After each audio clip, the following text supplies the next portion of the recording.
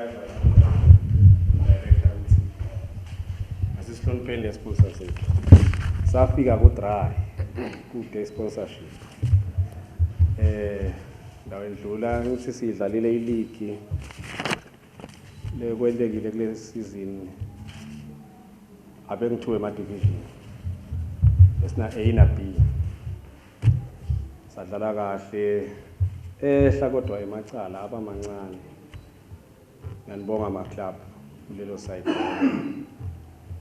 Noma kungakakhambeli kahle besiwemukele ama-results njengoba anjalo. Sidlalile i-champion yaka A kwaba Motshane Crocodiles. Ihambe yasimela kuma-playoffs. Sasishayile tandla.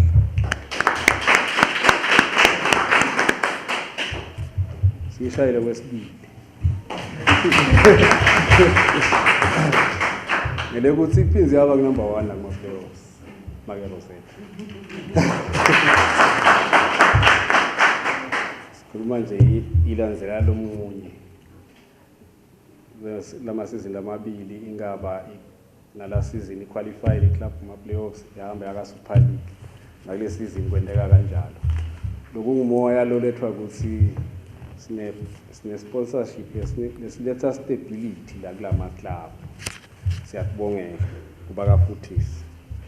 Njengoba sengishito ukuthi lokube kuhle lenkunyothile i-violence ayikabi njengaseminyakeni lesizini yehle kakhulu.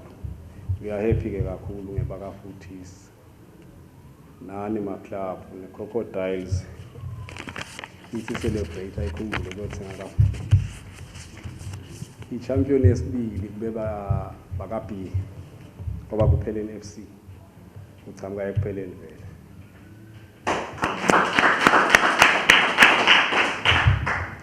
Nani kuphelele sisithu nani celebrate nambe nothenga kafuthisi ngalamagama siyabonga kakhulu kafuthisi sibonge nebhola i-guidance Mr. Chairman ethoka lapha nalapha ababuhlala khona sitawucela nje ukuthi sichubeke siside ngicabanga ema-results sisithe ukuthi kule season lesisuka kuyo sibena 2 emakhoza boRafael kwacale kwaba ifeyila leyesibili kwabe sekubakahle lengicabanga ukuthi ku-improve kwe-refereeing ngolokunye isitile ukuthi i-team yethu ikhona nekumecha kahle kuma-playoffs adlala qualify ngalamagama ngiyanemukela nonke kule presentation yakafuthisi siyabonga.